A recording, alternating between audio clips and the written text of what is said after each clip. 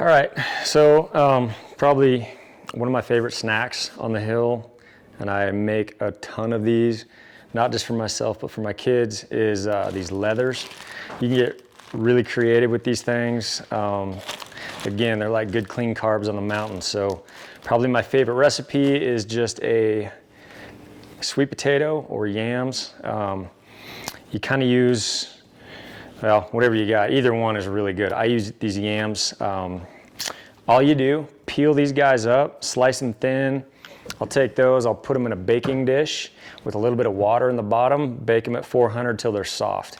Once you get them soft, I put them in the food processor, and I'll take, now you can either soften apples the same way, or if you have some applesauce or you have made some, use that. And I'll do about a 50-50 blend of apples or applesauce to sweet potatoes.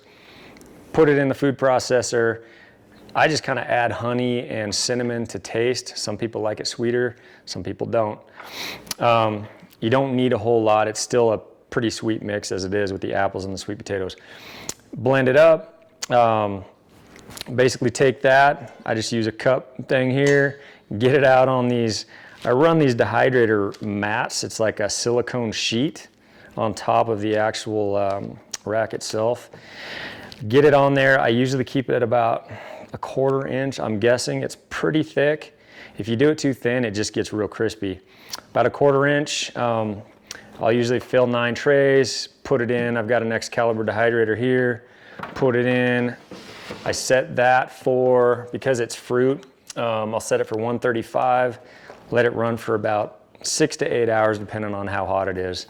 And that's it. And then you're good. I'll just take those, I'll cut them in half once I peel them off the sheets. I generally just put them in bags like this so I can get in and out. And yeah, easy snack to make.